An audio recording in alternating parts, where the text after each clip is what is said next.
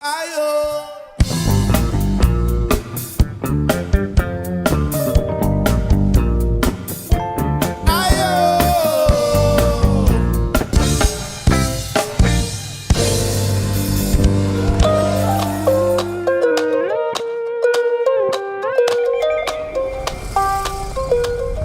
m'appelle Bibi Tanga.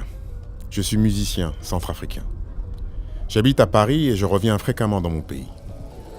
La Centrafrique est un pays pauvre et méconnu du grand public. La guerre nous a malheureusement ramenés au devant de la scène. Mais j'ai choisi de vous en parler à travers un autre problème, tout aussi grave, que ce pays connaît depuis bien longtemps déjà, celui de l'eau.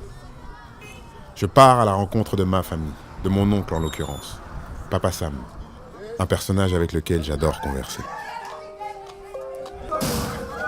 Bon, papa, tu sais que je fais pas mal d'allers-retours entre ici, Paris. Là, dans pas très longtemps, normalement, je fais un concert le 22 mars à Bobino pour la journée mondiale de l'eau. Ah oui, oui. Et à chaque fois que je fais des allers-retours ici, je me rends compte que déjà avant, il y avait des problèmes d'eau au niveau des puits. Mais j'ai l'impression là, en me baladant un peu, que les choses se sont un peu aggravées. Déjà qu'avant, c'était pas terrible, mais qu'est-ce que tu peux m'en dire, quoi? C'est quoi le constat? Oui, tu arrives à point nommé parce que là, en ce moment, dans le pays, on a un véritable problème d'eau. Parce que la sécheresse a été beaucoup plus rude que les années précédentes. Et cette année, les gens ont perdu dans les plantations, dans les champs. Tout a brûlé à cause de la chaleur. Tous les puits presque ont tari. Et encore aujourd'hui, la société de distribution d'eau a des problèmes et ils n'arrivent pas à pomper la quantité d'eau suffisante pour distribuer. J'ai l'impression que même des fois, on voit, depuis qu'on est là, on voit des gens qui se baladent avec des bidons. C'est le quotidien de tout le monde aujourd'hui. Il y a un autre combat qui s'impose maintenant, celui de l'eau. Il faut aller d'un point à l'autre pour chercher de l'eau. Des fois, on peut rester toute une journée pour attendre son tour pour puiser de l'eau, soit dans les forages, soit dans les bonnes fontaines. Voilà, il y a vraiment un problème d'eau en ce moment. Donc ça, c'est vraiment un combat de tous les jours. Voilà. Je me rends compte aujourd'hui que ce qui déjà était un problème avant s'est considérablement aggravé avec le conflit.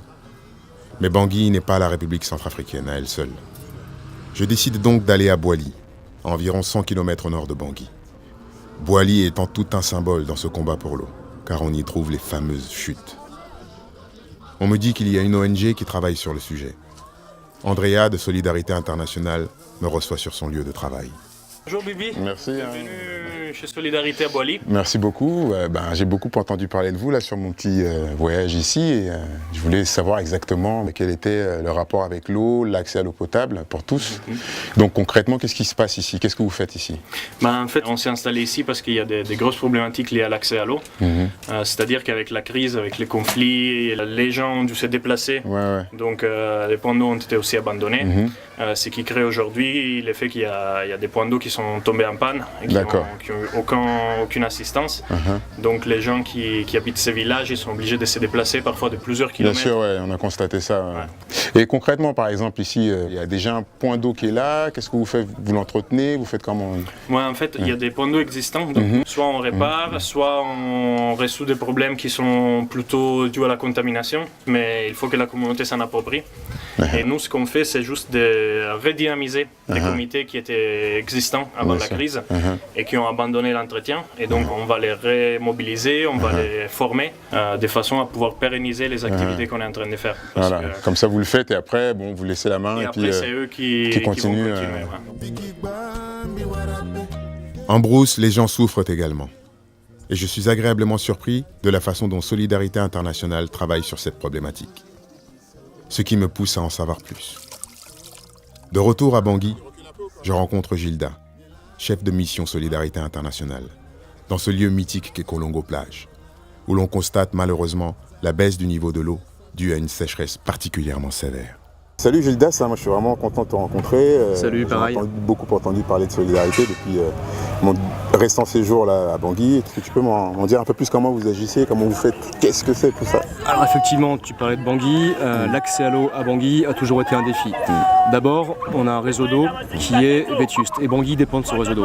En plus, la ressource en eau subit les effets du changement climatique. Donc, on a une ressource qui diminue, ça baisse. Les sources d'eau se tarissent, les points d'eau sont également plus faibles en termes de volume. En plus de ça, en lien avec le conflit, des milliers de gens ont fui les violences et donc ont fui l'origine natale pour venir à Bangui. Donc on a un réseau qui est fatigué, qui est usé, on a une ressource moins disponible et plus de monde qui ont besoin de cette ressource à Bangui.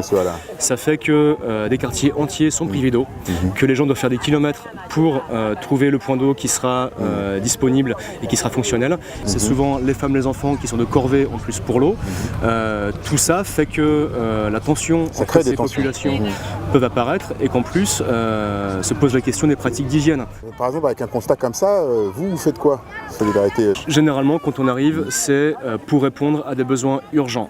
Maintenant, encore une fois, répondre à ces besoins urgents ne veut pas dire ne pas penser à la suite. C'est pour ça que même sur des interventions urgentes, comme on peut le faire dans le Nord, on va toujours mettre en place ces structures locales, toujours impliquer la population pour être sûr que tout ça puisse être durable. Ça vaut pour les points d'eau, ça vaut aussi pour tout ce qui est éducation, promotion de l'hygiène, apprentissage des bonnes pratiques. J'ai envie de te dire, continue ce beau travail. Moi, ça me concerne, je le continuerai de mon côté en musique, on va dire. Écoute, ça marche, on fait ça. Toi, tu vas à Paris, tu fais le concert, et moi, je reste ici, on s'occupe de l'eau. Ok, mon pote. Allez, on continue le combat. Ciao, ciao. L'accès à l'eau, un droit fondamental qui n'est pas au rendez-vous dans mon pays. Et ça me fait mal au cœur. On garde l'espoir grâce au travail des organisations comme Solidarité Internationale. Mais le chemin est long. C'est un combat qui nécessite l'appui de tous. Nous pouvons tous rester spectateurs. Mais pour changer les choses, il nous faut devenir acteurs de ce film que l'on appelle la vie.